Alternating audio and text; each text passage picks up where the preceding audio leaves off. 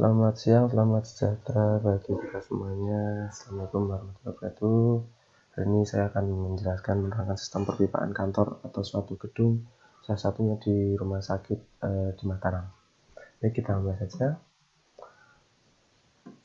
Untuk pengertian sendiri, sistem pumping ialah seni teknologi perpipaan dan peralatan untuk menyediakan air bersih ke tempat yang dihendaki, baik dalam kualitas, kuantitas, dan kontinuitas yang memenuhi syarat dan tentunya tanpa mencemari bagian penting lainnya untuk mencapai kondisi higienis dan kenyamanan yang diinginkan bagi masyarakat di sekitar lokasi.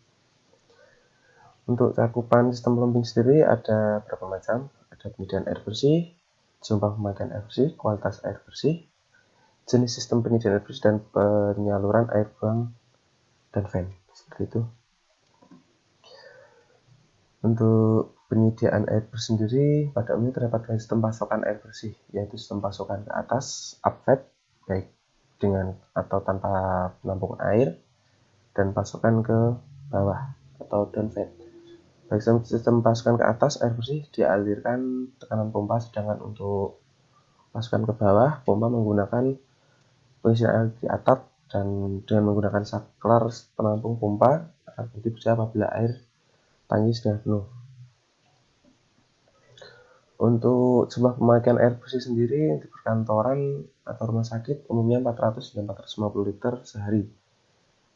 Dan itu pemakaian rata-rata 12 sampai 18 jam baik untuk karyawan dan pasien sendiri, termasuk menunggu ya, maksudnya menunggu untuk pasiennya, seperti itu. Nah, berikut untuk bagian kualitas air bersih, ada beberapa syarat standar untuk dinyatakan air itu bersih dan secara kuantitasnya telah di lab oleh pemerintah. Untuk sistem penyedia air bersih, nah untuk sambungan ini adalah sambungan langsung. Nah, jadi untuk sambungan langsung itu dari katup pump, dia akan ke katup penutup dan meter air untuk mengetahui jumlah pemakaian dalam sehari, seperti itu. Terus dari katup itu langsung masuk ke penampungan rumah, nggak ada penampungan di atap atau di bawah. Ada sih beberapa yang memakai penampung di bawah atau di atas.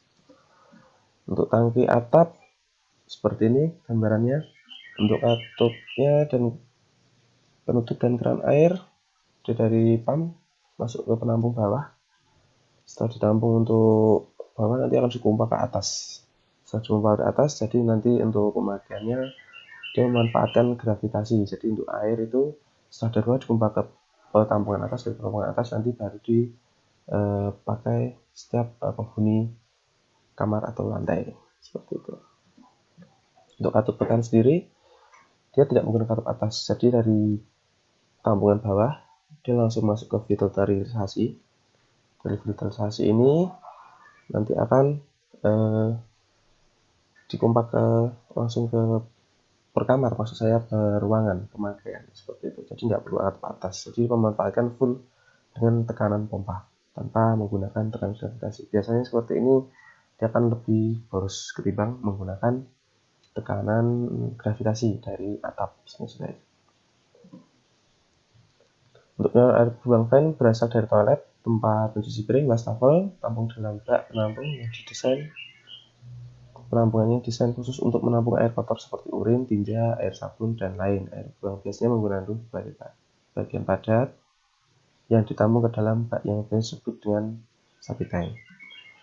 Nah, untuk konstruksi saluran buang seperti ini gunanya untuk menghindari bau dari temuan kotor kembali ke atas. Jadi ada sudut tertentu agar air ketampung di situ dan tidak untuk bau tidak di atas. Jadi full akan kebuang ke bawah, nggak ada bau. Dan ini untuk kloset ya, kloset duduk dan kloset jongkok, ada dua sistem deh. Hampir mirip sih tapi. Berikut untuk profil singkat rumah sakit Satu di Mataram ya. Jadi ini untuk saudaranya sendiri, dia rumah sakit ini berdiri tahun 2012 dan mulai aktif di tahun 2016. Namun di tahun 2018 setelah terjadi gempa di Lombok itu dia melakukan renovasi, perombakan untuk gedung baru ini akhirnya digunakan sebagai rumah sakit. Awalnya bukan rumah sakit sih, dia gedung kayak gudang gitu, terus bangunlah untuk ruang tambahan. Untuk lokasinya sendiri dilihat dari tinjauan Google, ya dia memang jadi satu dengan rumah sakit umum gitu ya, karena memang salah satu bangunannya baru maksud saya. Untuk jumlah sanitasi pipa di gedung baru rata-rata untuk kloset 50, kurang lebih 50, wastafel 75, dan keran kamar mandi sekitar 100. Karena ada kadang untuk bak mandi dan ada keran di dindingnya, jadi nggak full dari bak mandi seperti itu. Berikut untuk pompa bornya ya, dia ambil dari tanah 10 meter dan tekan nanti untuk ke bak penampungan filterisasi sebelum masuk ke bak penampungan atap. Nanti kita ada untuk gambarnya. Nah, ini untuk penampungan filterisasi, ini saya cuma dapat sedikit untuk gambarnya ya. Ini sebenarnya di belakang tuh agak banyak, tapi ini sebenarnya baru cuma dapat foto ini. Untuk kolam 1, 2, 3 untuk pengadaan filterisasi. Kolam 4-nya sudah diisi air yang sudah siap digunakan.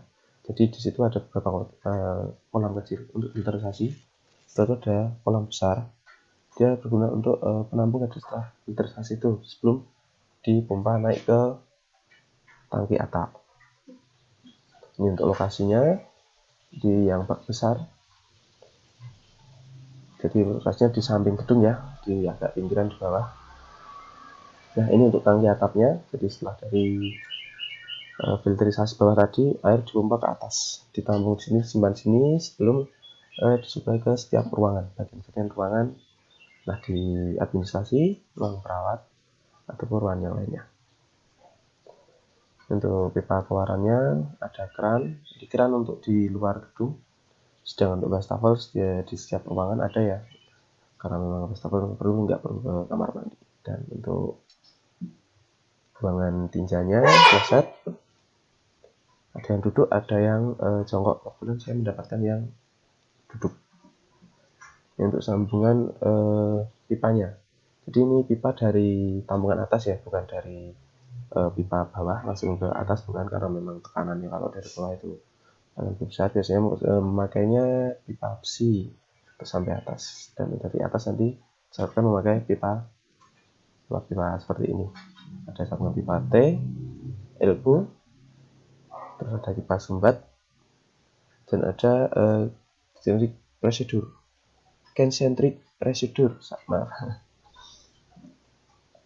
Dan untuk katupnya, salah satu katup dari atas ya, dari atas bak atas, dan yang ini satunya ini dari sistem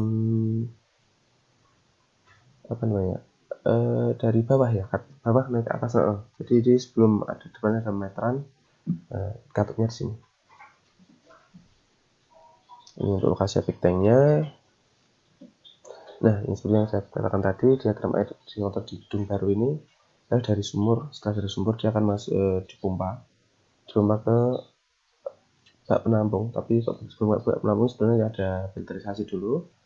Setelah filterasi ke bak penampung bawah, dari bak penampung bawah nanti akan disalurkan ke bak bak tampung atas atau tangki atap. Nah, dari tangki atap nanti baru disalurkan ke lantai-lantai bawahnya, ada yang ke keran, wastafel, kloset, dan sebagainya. Sistem ini biasanya lebih digunakan ya karena lebih murah ya, dikatakan, maaf, untuk efisiensi maksudnya, efisiensinya lebih bagus ya, soalnya dia pakai tampungan atas dan dia lebih bersih juga. Terus nanti untuk penyaluran ke ruangan-ruangan dia hanya menggunakan gravitasi, tidak full menggunakan pompa tekan. Kalau untuk pompa tekan sedikit-sedikit pompa nyala ya, itu memang bagus, tapi untuk secara daya mungkin kurang efisien. Kita lanjut kesimpulannya ya mas. Jadi untuk kesimpulan, kita menggunakan pompa dari satu, tentunya menggunakan perawat yang lebih. Terus untuk pompa aliran bak penampung beresiko mengalami endapan di bagian dinding dalamnya. Bak penampung memerlukan perawatan dan skala tertentu. Setelah itu sistem ini dapat mengatasi permasalahan air keruh pada gedung tinggi dan perkantoran. Rekomendasi lah, soalnya apalagi di rumah sakit kita harus mempunyai kualitas air yang bagus sesuai dengan standar apa yang telah ditentukan oleh pemerintah. Terus untuk memaksimalkan perawatan yang berskala untuk mengurangi endapan pada tampungan air yang berisiko pada lokalitas bidang aksi. Ya, seperti yang disampaikan tadi, memang untuk perawatan tampungan air itu mungkin lebih, soalnya kita untuk filter saja sudah banyak dan kita harus filterisasi itu mesti kotoran dan endapan-endapan banyak, dan situ perlu untuk perawatan yang lebih untuk mendapatkan kualitas yang air yang diinginkan, seperti itu. Ya, untuk saya kira cukup untuk penjelasan terkait dengan POM teknik perpustakaan di suatu rumah sakit, dan mungkin cukup ya, itu aja ya, sebenarnya itu aja, karena memang waktu sudah terbatas. Saya akhiri untuk pengenalan terkait dengan pompa plumbing di rumah sakit.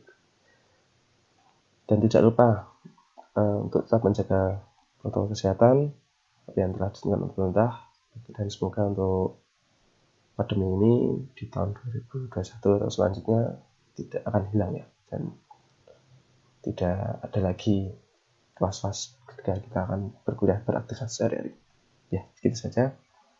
Terima kasih, selamat siang, dan sampai jumpa.